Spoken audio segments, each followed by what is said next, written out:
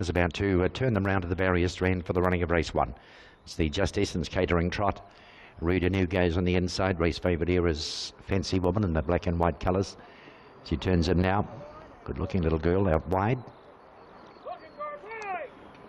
There they go. And Fancy Woman did step away okay. They all come out trotting really. Getting away well was Pat the Monarch from the 2. Our Gracie has come out and wants to search up and grab the lead.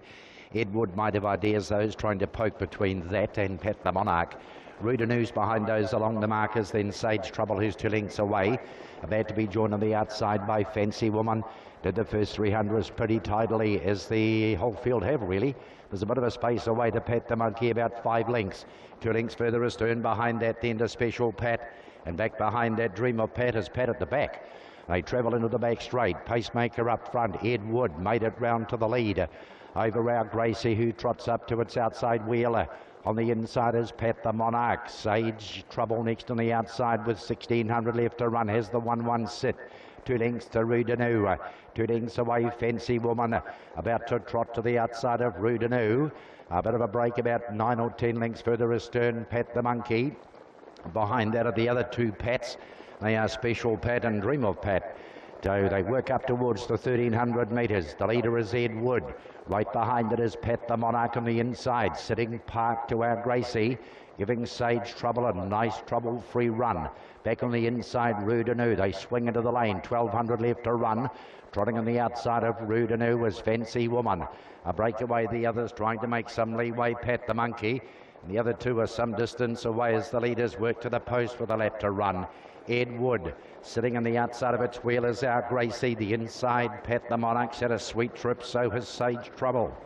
Behind those, the inside, Rudanu just galloped on the bend out of the straight.